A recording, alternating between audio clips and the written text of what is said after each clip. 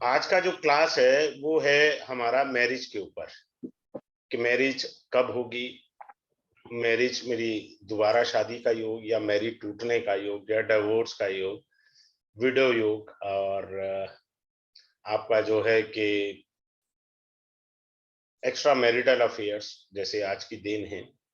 ये सारी चीजें बात करेंगे इसके ऊपर। पहले मैं थोड़ा सा कुछ बता देता हूँ कि ये जो कोर्स शुरू होगा ये 5 डेज चलेगा कोर्स। और एक सेकेंड, सबको थोड़ा सा मैं म्यूट कर लेता हूँ सो डेट उसके बाद डिस्कस हो जाएगा।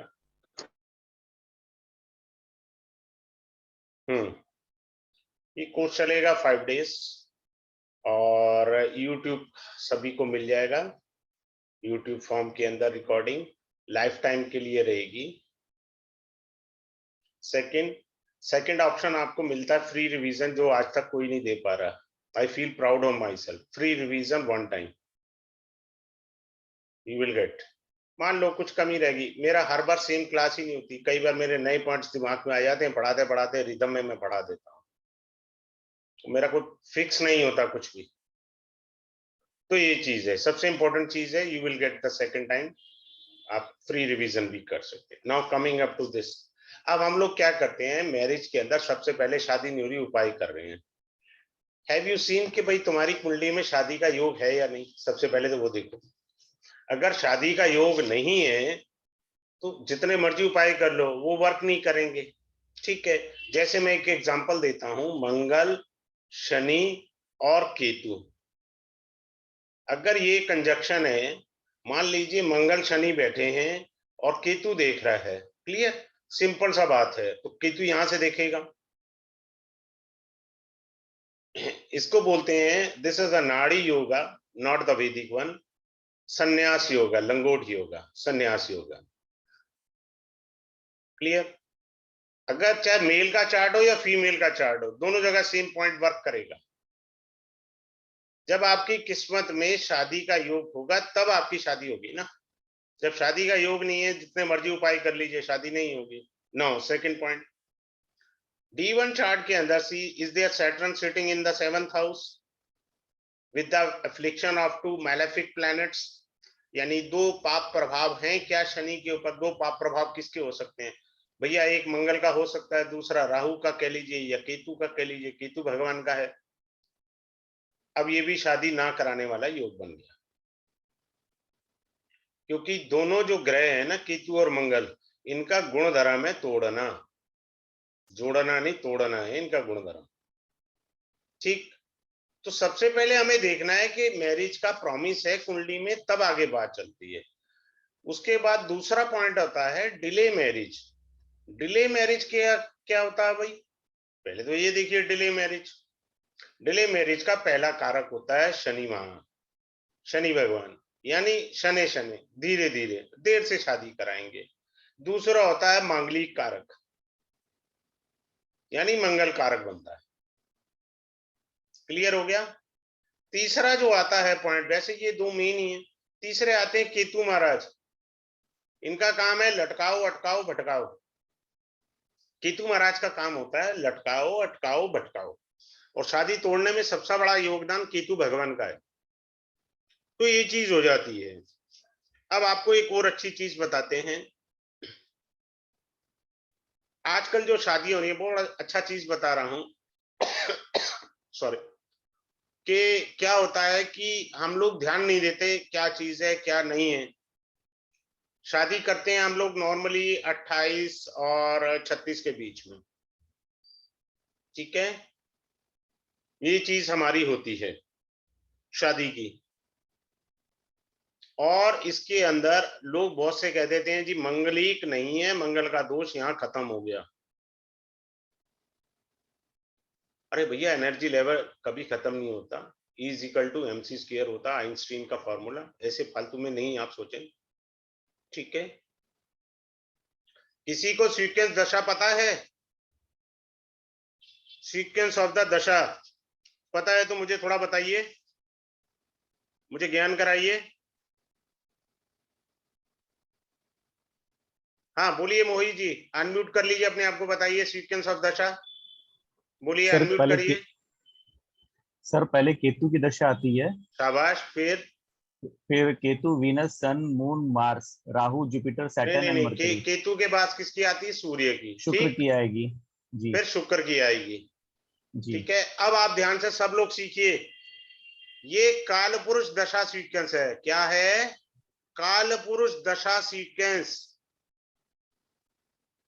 केतु की हुई 7 साल, सूर्य की भी 7 साल, कितने हो गए?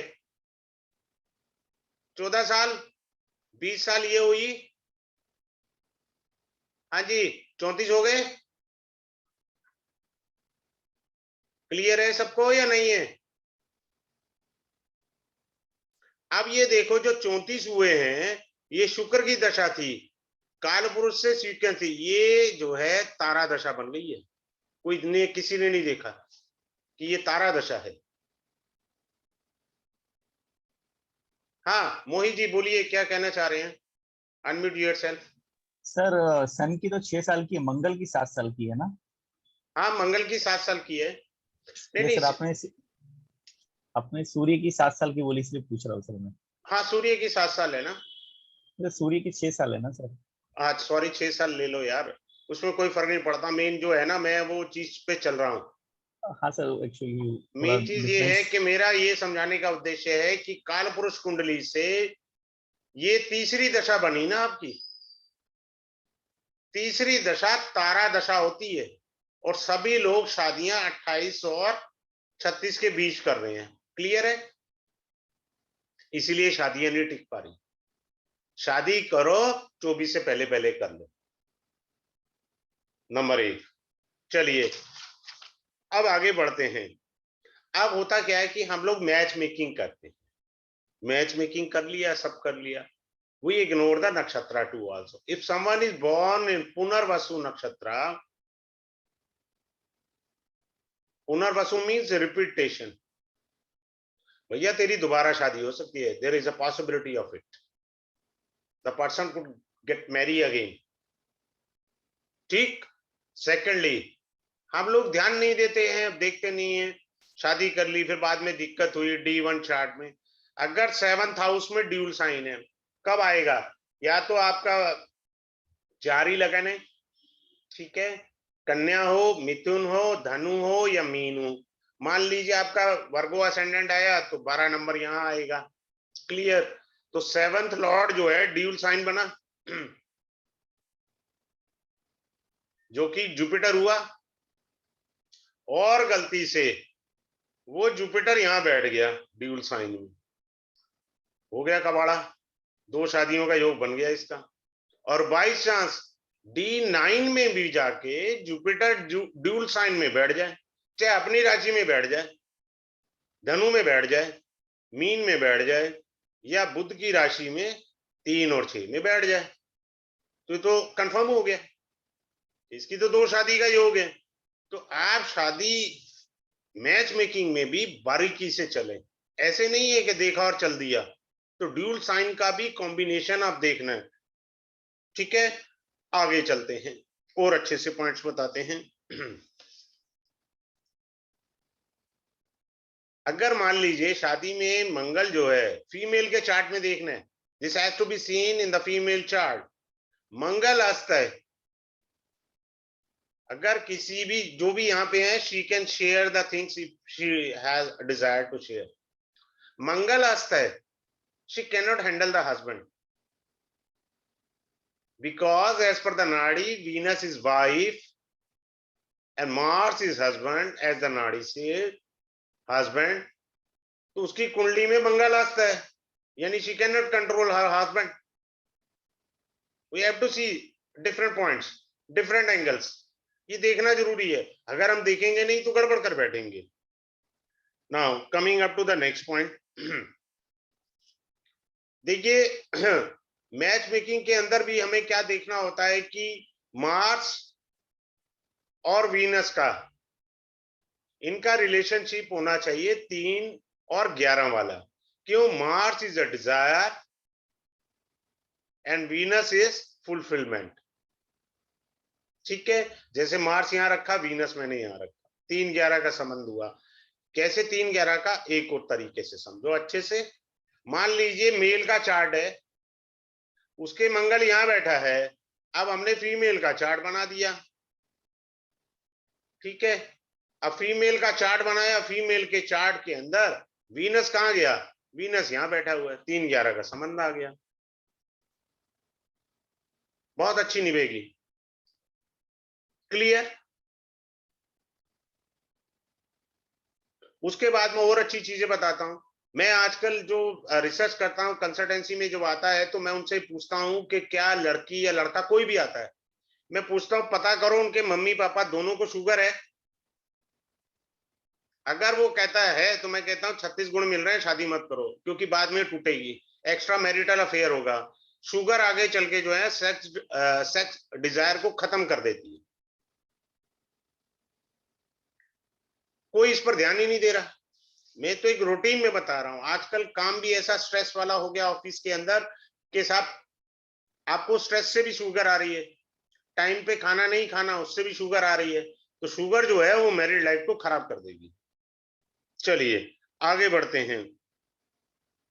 अब हम क्या करते हैं, मैच मेकिंग के अंदर दो चीजें इंपॉर्टेंट होती हैं, मैं जो अच्छे से सिखाऊंगा। एक तारा दोष होता है जो सबसे कीमती है, दूसरा होता है योनि होता है, ये बड़ा इंपॉर्टेंट पॉइंट होता है। ये इतना ज्यादा इंपॉर्टेंट पॉइंट है पूछे नहीं है। 15 नंबर तो इन्हीं के हैं, 8 और 7, 15 नंबर तो इन्हीं के हैं। तो ये क्या दिक्कत दे सकते हैं, क्या नहीं हो सकते, वो सिखाया जाएगा। अब बुकुड़ दोष देखते हैं ना हम लोग, बुकुड़ के मेरे ख्याल 7 पॉइंट होते हैं बुकुड़ दोष, शायद 7 पॉइंट ही होंगे बुकुड़ के। तो बुकुड़ दोष हम देखते हैं। बुकुड़ का अर्थ नहीं पता पर बुकुड़ दोष बताएंगे सबको। बुकुड़ का अर्थ होता है लेन देन। एक लेन देन मैंने आपको मार्स एंड वीनस का सिखाया, that is comes under the Nadi, and what comes under the Vedic बुकुड़ दोष क्या है, वो लेन देन, वो क्लास के अंदर समझाऊंगा क्या लेन देन है। नंबर 1। नंबर 2, हम लोग कहते हैं सॉफ्टवेयर के अंदर सीधा सा सिस्टम है, हमने मैच मेकिंग किया, जब वो मैच मेकिंग जो है ना सेम बर्थ नक्षत्र दिखा देता है ना, यानी मेल का भी बर्थ नक्षत्र वही है और फीमेल का भी बर्थ नक्षत्र वही है। ठीक है, मान लो ये रोहिणी में पैदा हुआ है और ये भी रोहिणी में पैदा हुई है लड़की भी, सॉफ्टवेयर कहेगा नो मैरिज, 0 पॉइंट दिखाएगा, yes you can go for marriage, शादी कर सकते हैं। ये एक फॉर्मूला है, सिंपल सा है, मैनुअल है, इजी वे है, मैं सिखा दूंगा आपको कि आप शादी करिए। अब क्या है कि मान लीजिए ये भी चौथे चरण में पैदा हुआ है, ये भी चौथे चरण में पैदा हुआ है, चरण भी सेम है जी, तब भी शादी हो सकती है। सॉफ्टवेयर आपको 0 पॉइंट दिखाएगा, चाहे अभी चेक करो, अपने को कोई डाउट नहीं है, आप डाउट रखिए, क्योंकि वो सॉफ्टवेयर के अंदर तो यही चीज आनी है। ठीक है, फिर क्या देखा जाना चाहिए, सूर्य देखा जाना चाहिए मेल एंड फीमेल का, क्योंकि सूर्य इज अ सोल, आत्मा का रिलेशन। क्या हस्बैंड एंड वाइफ में आत्मा का रिलेशन है, एक को तकलीफ हो दूसरे को महसूस हो। हस्बैंड मान लीजिए दिल्ली से बाहर है, बॉम्बे में है, तो वाइफ को फील होना चाहिए, तो वो सोल रिलेशन बहुत इंपॉर्टेंट है। सोल रिलेशन है, बाकी सब चीजें इग्नोर हो जाती हैं। फिर आता है मून का रिलेशन। मून रिलेशन, क्या हमारा मन मिलता है। तीसरा पॉइंट आता है फिजिकल अट्रैक्शन, बस 3 ही पॉइंट होते हैं। पहला मैंने सन का बोला, दूसरा बॉडी का बोला, that represent by the Mars and Venus, physical attraction, Mars and Venus, physical attraction. Number 1 पर आता है सोल अट्रैक्शन, सेकंड पर आता है मून रिलेशनशिप, थर्ड आता है फिजिकल।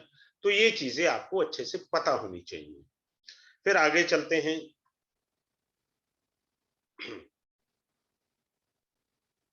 अब हम जब फेरे होते हैं तो मुहूर्त निकलवाते हैं। मुहूर्त जब निकलवाते हैं तो ये चेक किया जाता है जो हमारा जन्म का चंद्रमा है, मान लीजिए यहाँ बैठा है जन्म का चंद्रमा, ठीक है, 1 और 2, 3, 4, 5। और गोचर का चंद्रमा चतुर्थ नहीं होना चाहिए, चौथे भाव में नहीं होना चाहिए और 8वें भाव में नहीं होना चाहिए, यहां नहीं होना चाहिए चंद्रमा उस समय, फेरों के समय। जन्म के चंद्रमा से गोचर का चंद्रमा चौथा और 8वां नहीं होना चाहिए, अगर है तो मैरिज गई, सब कुछ मिला लिया। और लोग क्या करते हैं आजकल, मुहूर्त तो निकलवा लेते हैं, जैसे मुहूर्त रात को 1 बजे से 2 बजे के बीच का निकला, बारात लेट चली, फेरे लेट हुए, खाने पीने में हो हंगामा करने में किया, और आपने वो लगन टाइम जो फेरे होने का था वो निकाल दिया। किसी को ध्यान नहीं होता आदमी का दूसरा जन्म होता है इस समय। अगर इस समय की कुंडली आपका 1 और 2 बजे के बीच फेरे हो रहा है, एग्जैक्ट टाइम नोट करो, उस समय एक बंदे की ड्यूटी लगाओ, भी टाइम नोट करो फेरे कब स्टार्ट हुए। मान लो 1:15 पे फेरे स्टार्ट हुए, ठीक है, 1:15 की कुंडली चाहो तो एडवांस में बना लो। अगर उसमें राजी हो गए तो शादी के बाद आप जिंदगी में तरक्की कर जाएंगे, ये दूसरा जन्म हुआ है आपका। पहले आप अधूरे थे, अकेले थे, रमता जोगी थे, अब आपके साथ अर्धांगिनी जुड़ी है। मैं तो वास्तु के कोर्स में समझाता हूं लोगों को, जिनकी वाइफ राइट साइड में सोती है ना पति के, कभी अंडरस्टैंडिंग नहीं बन सकती। 36 क्या 46 गुणों में ला लो, वो झगड़ा होके रहेगा। अरे भैया, फेरों के समय ब्राह्मण देवता बताते हैं आपको कि अब आप अर्धांगिनी बनी है। अर्धांगिनी का अर्थ होता है बाईं तरफ बैठने का अधिकार बना है। आजकल तो क्या होता है, वरमाला पर ही लेफ्ट साइड बिठा देते हैं, बिठा दो भाई, अभी आप अर्धांगिनी नहीं है उनकी, don't sit on the left side. फेरों के बाद आप उनकी अर्धांगिनी, जिसे समझना हो तो भगवान शिव को अर्धनारीश्वर स्वरूप को समझे। आगे चलते हैं। ठीक है, अब आते हैं अगले पॉइंट के ऊपर, जिसके भी 7th हाउस में जुपिटर होगा, आइदर मेल और फीमेल, गड़बड़ है भाई। यहां जुपिटर बहुत खराब हो जाता है शादी के एंगल से, शादी के एंगल से खराब हो जाता है जुपिटर बहुत ज्यादा। तो जब खराब हो जाता है तो बहुत गड़बड़ कर देगा, अपनी डफली अपना राग होता है इन लोगों का। क्लियर है, चलिए आगे बढ़ते हैं। ठीक है, आगे बढ़ते हुए आपको सिखा देते हैं और कौन सा पॉइंट है। अब वो कहते हैं कि बनती नहीं है जी हमारी हस्बैंड के साथ, पता नहीं क्या दिक्कत है।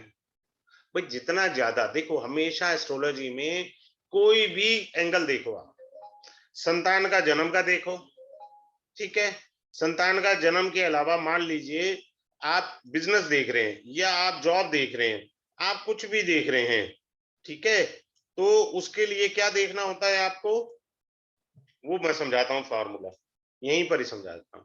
कारक देखो सबसे पहले, कारक हम देखते नहीं है। Lord of the house is to be seen, lord of the house, these two having malefic effects, life खराब है। सपोज मैंने कहा कि मेष लगन ही कह लीजिए, चलिए कोई बना लीजिए।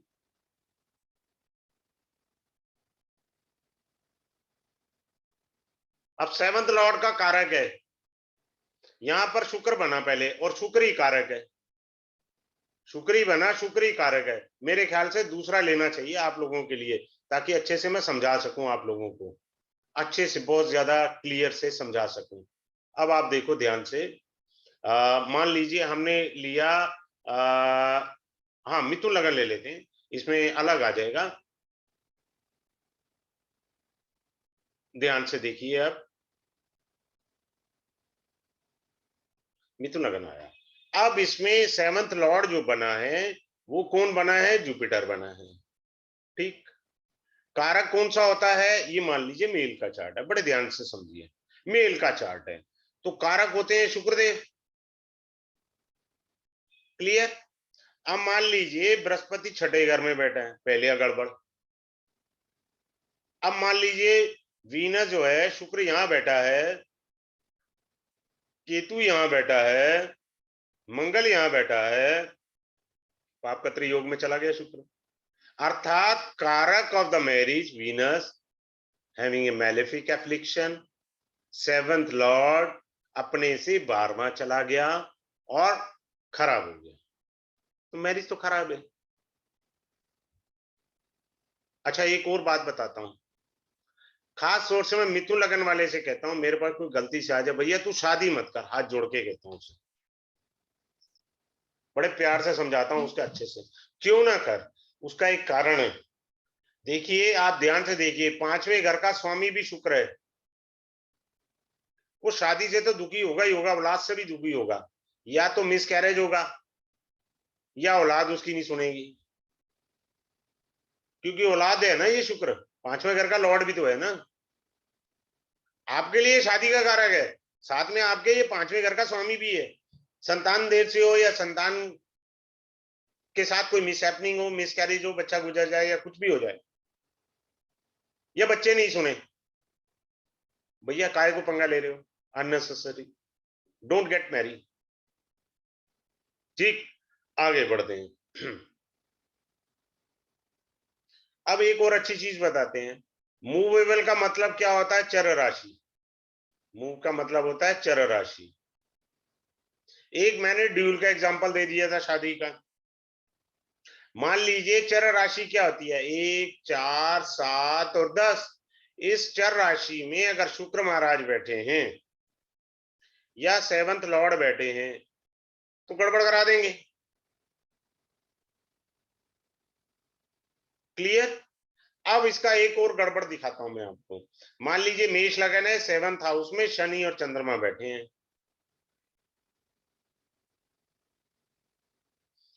This is a yoga of remarriage.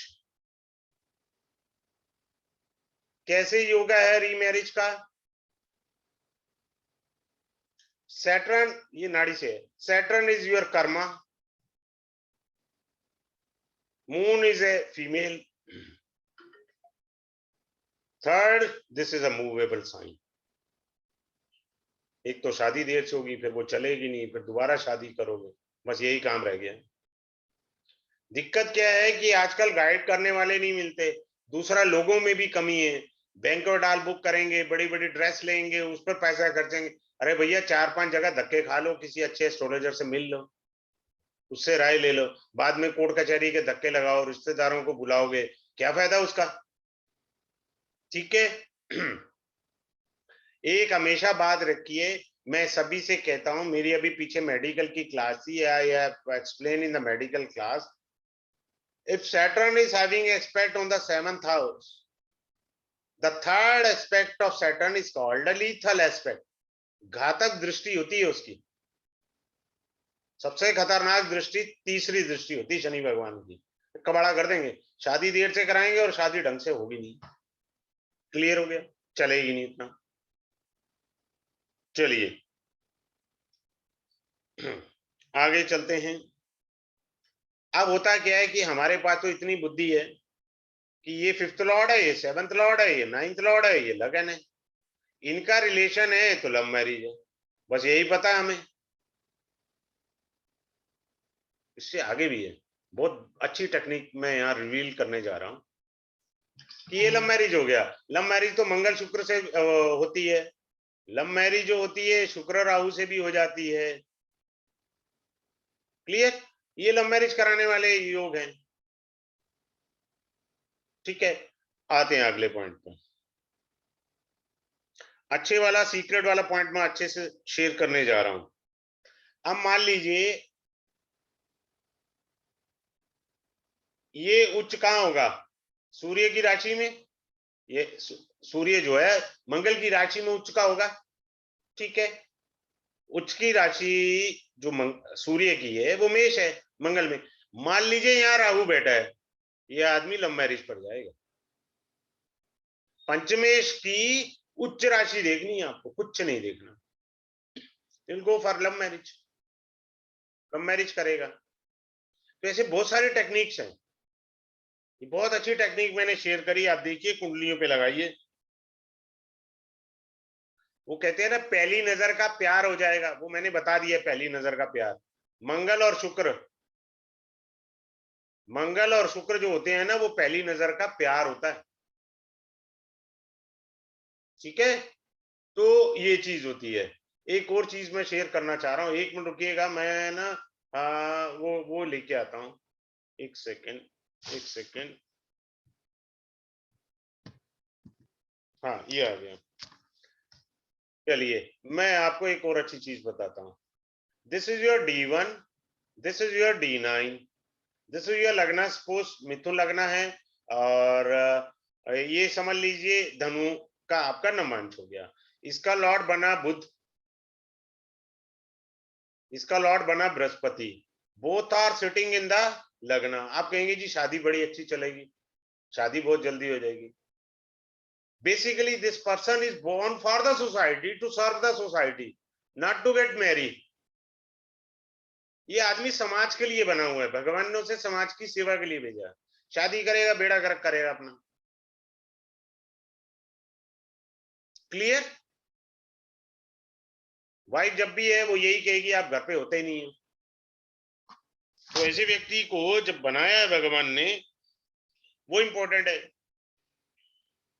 अब देखिए, हमारा बेडरूम होता है वो 12th हाउस भी होता है, और हमारा सेक्स लाइफ के लिए 8वां और 12वां घर भी होता है। 8th and 12th houses having a malefic affliction, you don't have a bedroom life. Suppose मैंने कहा यहाँ पर शनि और केतु बैठे हैं, husband wife can never enjoy in their bedroom. Bedroom ही खराब है आपका, तो भैया क्या करें आपका। चलिए आगे बताते हैं और अच्छी अच्छी चीजें।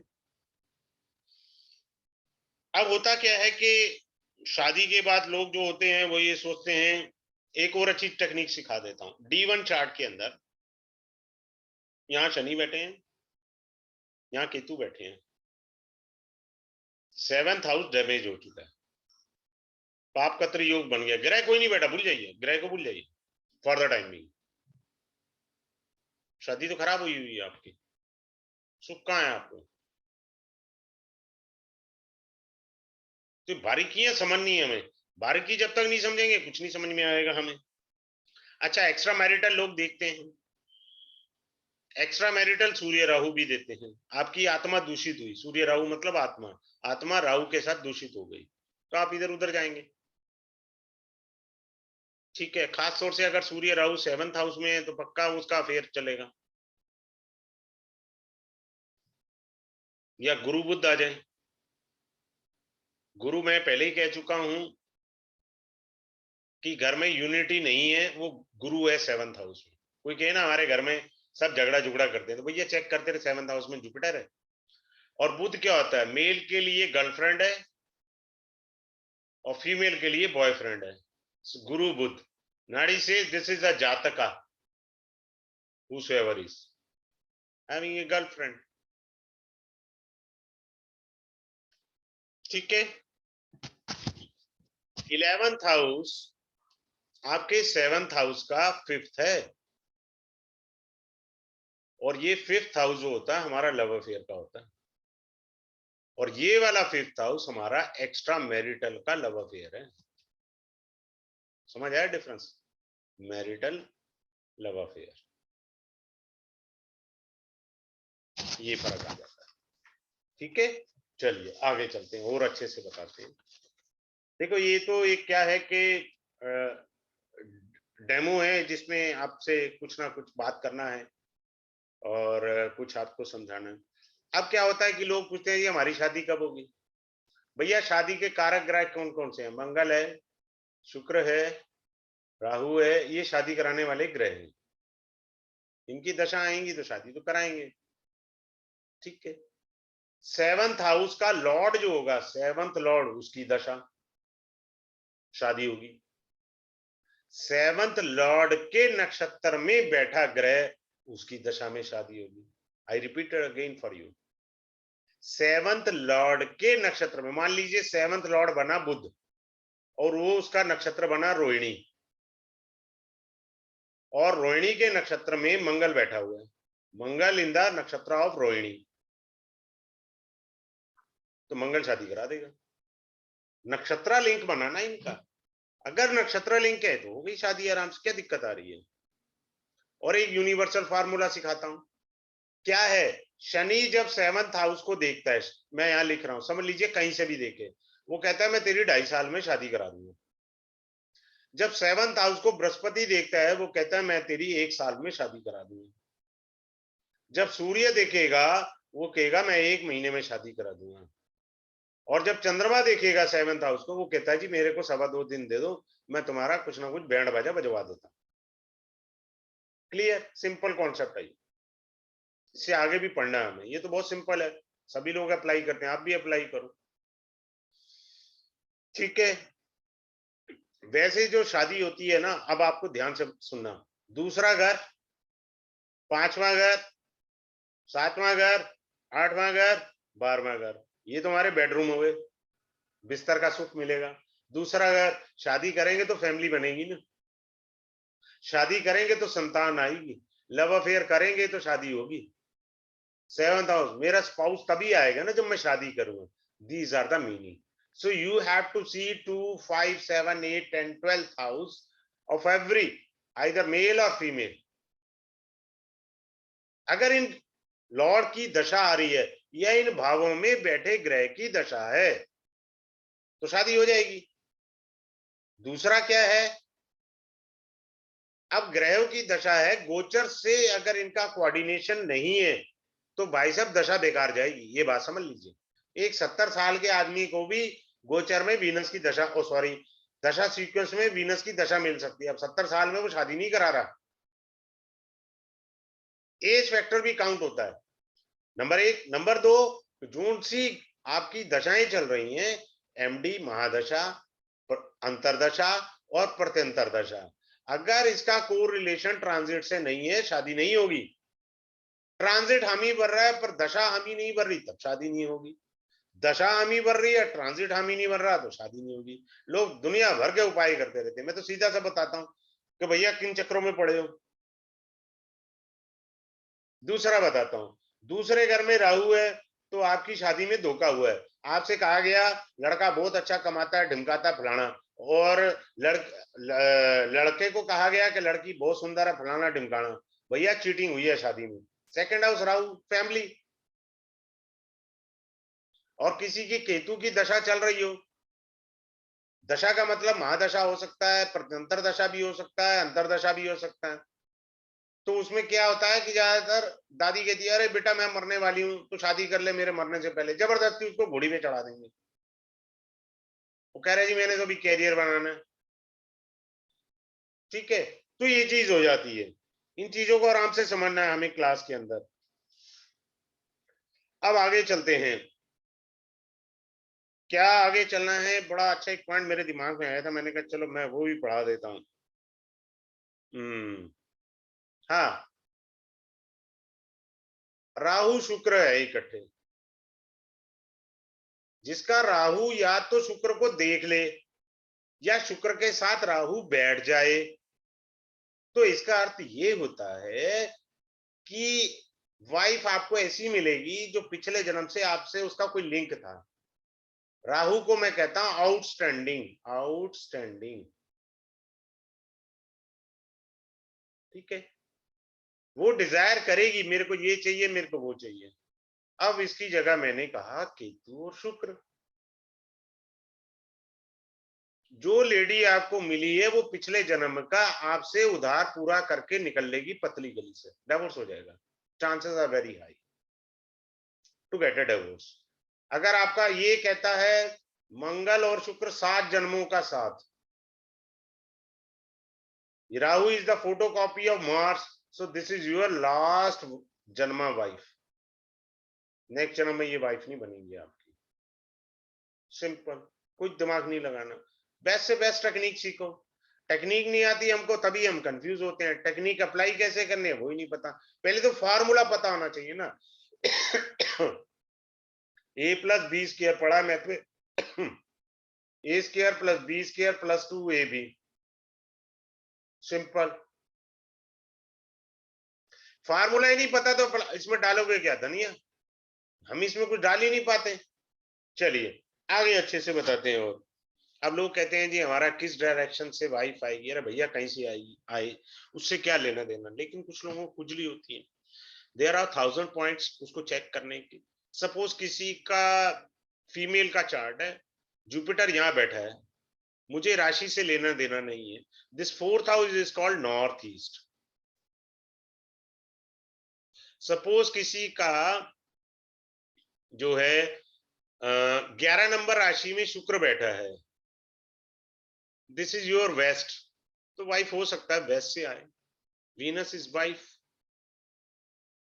1000 formulas are there to check out the thing whether they are working or not working. अब ये 7th हाउस में मूवेबल साइन हो तो हो सकता है वाइफ बड़ी दूर से आई हो, ठीक है, ज्यादा दूर से आई हो सकती है वाइफ। मेरे पास कुछ एक चार्ट आए हैं, अभी भी मैं रिसर्च कर रहा हूं, जिनकी कुंडली में मंगल और चंद्रमा होता है, उसका मैं अगर जुपिटर का एस्पेक्ट है तो मीनिंग बदल जाएगा, शनि का एस्पेक्ट है तो मीनिंग बदल जाएगा। अगर इन दोनों का एस्पेक्ट नहीं है, मंगल और चंद्रमा इकट्ठे हैं, तो इंटरस्टेट मैरिज कराते हैं, इंटरस्टेट। और याद रखिए, इंटरकास्ट मैरिज हमेशा राहु कराता है और शनि कराता है, इंटरकास्ट मैरिज। एक बढ़िया आदमी पंजाबी में शादी कर रहा है, एक पंजाबी आदमी जाट में शादी कर रहा है, कहां से कर रहा है? वो इंटरकास्ट मैरिज के कारक ही राहु और शनि है, ठीक है। आगे बढ़ते हैं हम लोग।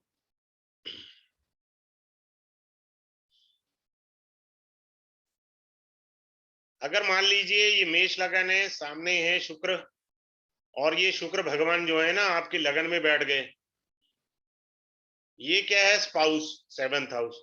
स्पाउस सिटिंग इन योर लगना, इट मीन रिश्ता आपके पास चलकर आएगा, सिंपल। बैठा कहाँ है वो देखो ना, प्लेनेट बैठा कहाँ है? प्लेनेट आपके लगन में बैठ गया, तो रिश्ता चलकर आएगा। छोटी सी बात है, इसमें क्या दिमाग लगाना हमें। अब होता है क्या कि एज डिफरेंस होता है। एज डिफरेंस क्या होता है? जैसे उल्टी सीधी शादियां हो रही हैं, वो क्या नाम है, प्रियंका चोपड़ा शायद, हाँ I think so, John Nicholson, वो छोटा है, क्या नाम है, मैं मुझे याद नहीं है। तो अगर 7th लॉर्ड पूर्व भाद्रपद नक्षत्र में है, ठीक है, तो man will be young and female will be older. 7th house में शनि बैठ जाए तो ये डिफरेंस बहुत ज्यादा कर देता है, 5 साल तो मिनिमम कर देता है। जुपिटर एस्पेक्ट है, बाकी प्लेनेट का एस्पेक्ट है या नहीं वो अलग बात है, कोई एस्पेक्ट नहीं आ रहा तो 5 साल तो शनि महाराज देंगे देंगे मिनिमम डिफरेंस, कई बार ज्यादा का भी दे देते हैं, महाराज जी की मर्जी। लेकिन ये उल्टे वाला कोई नहीं बताता कि लड़का यंग होगा और लड़की ज्यादा उम्र वाली होगी। ये मैंने एक नक्षत्र का पॉइंट आपके साथ शेयर किया। फिर क्या होता है कि जेमिनी 1 सेकंड में बता देती है। जेमिनी में क्या होता है कि दाराकारा इज स्पाउस, और ज्ञाति कारक इज द कारक ऑफ लड़ाई झगड़ा, 6th हाउस। लड़ाई झगड़ा यानी आप इनडायरेक्टली इजीली समझना है तो 6th हाउस हो गया। मान लीजिए दारा कारक बृहस्पति शुभ ग्रह, मान लीजिए ज्ञाति कारक आपका शुक्र ही बन गया, बृहस्पति और शुक्र इकट्ठे बैठे हैं, एक दूसरे को देख रहे हैं, शादी चलेगी नहीं। और कुंडली दिख रही है हमारे को कि जी बृहस्पति और शुक्र बैठे हैं जी, बहुत अच्छी निभेगी, ठीक है, 2 शुभ ग्रह हैं, अच्छा निभेगी। अरे भैया जेमिनी कह रही एक झटके में कि दारा कारक कौन है, ज्ञाति कारक कौन है। आगे बढ़ते हैं। एक और अच्छी बात बता रहा हूं, जिसका भी हाईएस्ट डिग्री प्लैनेट अगर वीनस हो, मान लो 27 डिग्री का वीनस है, हाईएस्ट डिग्री है, ऐसा आदमी 70 साल में भी बुढ़ा होना पसंद नहीं करता, आइदर मेल और female, whosoever is, if they are having आत्मकार का mean the highest degree planet of your कुंडली, ठीक है, अगर वो है, आप बुढ़े नहीं होना चाहते और आप जल्दी बुढ़े लगेंगे भी नहीं। मैं एक सज्जन को देखा यार, 70 साल के थे, जीन्स टॉप पहना हुआ, जीन्स पहनी हुई बड़ी शानदार, टी शर्ट पहनी हुई, अरे मैंने कहा क्या बात है। मैंने वही कहा भैया आत्मकारक जो है ना इनके वही होंगे। शनि भगवान होंगे। अब ये पूछते हैं, जैसे गर्ल्स ज्यादातर पूछती हैं D1 चार्ट में कि मेरा हस्बैंड कैसा होगा। भैया कैसा क्या होगा, तो अपना कुंडली देखना। अगर मंगल देख रहा है 7th हाउस को, मंगल क्या है, एग्रेशन, या मंगल बैठ गया, पति गुस्से वाला है, बात खत्म।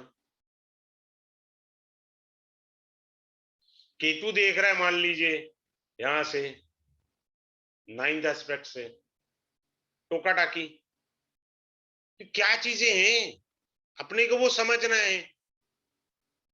हम कह रहे हैं कि नेचर बताओ, भाई नेचर क्या है। शादी का मतलब होता है एडजस्टमेंट। अगर आपको एडजस्टमेंट करनी आती है तो शादी करें, अन्यथा पंगा ना लें। जोन सा ग्रह बैठा है, अब ये है, मान लीजिए अकेला बुध बैठा है, मेल है या फीमेल, और अकेला शनि बैठ जाए 7th हाउस में, ये लोग मीनू देखने बिना मानेंगे नहीं। समझ गए मीनू का मतलब, ये दाएं बाएं जरूर झांकेंगे, ये मीनू देखेंगे देखेंगे, बोले क्या दिक्कत है मीनू देखने में, क्या दिक्कत है। और गलती से कहीं नंबर लग गया, डायल हो गया, प्रॉपर लग गया, तो कहानी चल पड़ेगी। ये भी दिक्कत है। अकेले नहीं होने चाहिए बुध और शनि। मोस्टली पुराने जमाने के जोशी जो है इस चीज को देखते मना कर देते थे, सॉरी नो मैरिज, चाहे 36 गुण मिल जाए, भैया ये दोष है इसमें, ये मीनू दिखे बिना मानेगा नहीं। ठीक है, ये हो गया हमारा। अब आगे चलते हैं कि डिवोर्स होगा हमारा, क्या होगा। डिवोर्स कराने वाले ग्रह जो होते हैं, सबसे पहले नंबर पर मैं केतु को लाता हूं, नंबर 2 पर शनि भगवान आते हैं, ये डिवोर्स कराते हैं दोनों ग्रह। ठीक है, ये डिवोर्स किए बिना मानते नहीं। मान लीजिए आपने लव मैरिज करी, ठीक है, मंगल और शुक्र बैठे, ये लव मैरिज के कारक है। ठीक है, आपने लव मैरिज कर ली, आपके केतु भगवान जो है ना भाग्य स्थान पे बैठे हैं, केतु भगवान का एस्पेक्ट आ गया, अब ये शादी का बेड़ा गर्क कर देंगे। अब एक और चीज बताता हूँ, मंगल के साथ बुध बैठा था, Mars is a male, Budh is a girlfriend as per the nadi, और वीनस जो था शुक्र ग्रह, वो केतु के साथ। तेरे को शादी का सुख नहीं है, गर्लफ्रेंड का सुख दिया भगवान ने।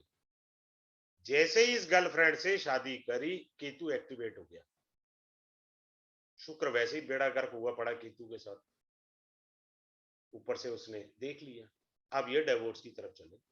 4 दिन बाद ही तलाक की अर्जी जा रही है। क्यों जा रही है भैया, देख तेरे को गर्लफ्रेंड का योग है, पत्नी का सुख नहीं है इस जन्म में। The people are not interested to see such kind of different things. फिर मैं थोड़ा सा वास्तु भी ज्ञान कराता हूं अपने कोर्स में, कि मान लीजिए आपकी दशा ठीक है, गोचर भी ठीक है, और लड़की कह रही है मेरी शादी नहीं हो रही, दुनिया भर के उपाय कर लिए, कारण लड़की जो है साउथ वेस्ट डायरेक्शन में सो रही है। साउथ वेस्ट डायरेक्शन का मतलब होता है स्टेबिलिटी। अरे भैया यहां से हटाओ इसका बेड, इसका नॉर्थ वेस्ट में लेकर जाओ bed. North west is the meaning of movement. शादी इसलिए नहीं हो रही थी, छोटी सी चीज है। अब मान लीजिए लड़की वाले कह रहे हैं जी रिश्ता ही नहीं आ रहा, it mean there is a gap of communication, तो ईस्ट आपका डिस्टर्ब होगा। अब वो कह रहे हैं रिश्ता तो आ रहा है लेकिन फलित नहीं हो रहा, तो भैया तू नॉर्थ चेक कर ले, नॉर्थ खराब होगा, opportunity north as per the Mahavastu.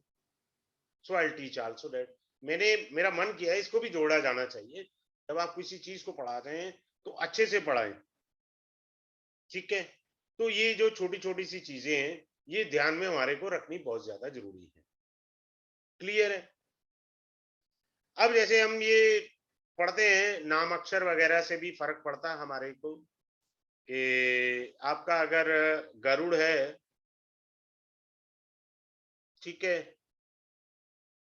तो अपने से चौथा हमेशा फ्रेंड होगा, गरुड़ से 4 जो भी होगा वो फ्रेंड होगा। लेकिन 5वां खतरनाक होता है, जैसे 5वां सर्प आता है, गरुड़ सर्प को खा जाएगा। गरुड़ की डिक्शनरी में नामाक्षर देखिए, सर्प की डिक्शनरी में नामाक्षर देखिए। गरुड़ में शायद रा आता है, सर्प में ना अक्षर आता है, if I am not wrong. तो रा अक्षर वाले की शादी ना अक्षर वाली लड़की से हो गई, भैया लड़ते मरो। 36 गुण भी मिला लिए थे, सारे मुहूर्त में भी शादी कर ली। तो भैया तुम ऐसा है ना, घर का नाम बदल लो। अब वो आधार कार्ड का तो नाम नहीं बदला जाएगा, बाकी तो चेंज कर लो ना। तो आपने नोट किया होगा, जो पुराने लोग हैं वो जानते हैं, पंडित जी जो है शादी के समय जो है ना वो नाम बदल दिया करते थे कि भाई ये नाम से जो है आप शादी करिए, इस नाम से आप शादी करिए। ठीक है, किसी को कोई डाउट है can raise a hand, can ask a question, so I can give the answer. अच्छा, एक चीज छूट गई है, I should share to all of you, कि हमारी क्लास स्टार्ट होगी मंडे को 8:30 बजे से 9:30 बजे के बीच में, और फी रहेगा 3101 रहेगा, और डेली क्लास रहेगी, 5 डे रहेगी class, Monday to Friday, Friday रहेगी। दूसरा क्या रहेगा, आपको यूट्यूब मिलेगी प्लस पीडीएफ, जो मेरे पास थोड़ी सी होगी, I will also hand over the PDF. ठीक है, सो ये चीज थी जो मेरे को बतानी थी आपको। हाँ जी, किसी का कोई क्वेश्चन है तो बताइए, otherwise I am going to wind up the class. किसी का कोई क्वेरी या डाउट हो कैन रेज। ठीक है, चलिए, अब जिनको एनरोल करना चाहें तो वो कर सकते हैं। यस मोहित जी, जल्दी पूछिए। यस मोहित जी, अनम्यूट करिए अपने आप को, अनम्यूट करिए।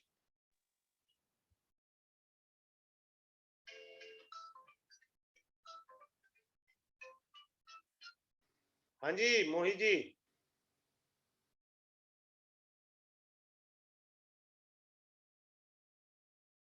अनम्यूट करिए अपने आप को, बोलिए, मैंने यहां से हटा दिया।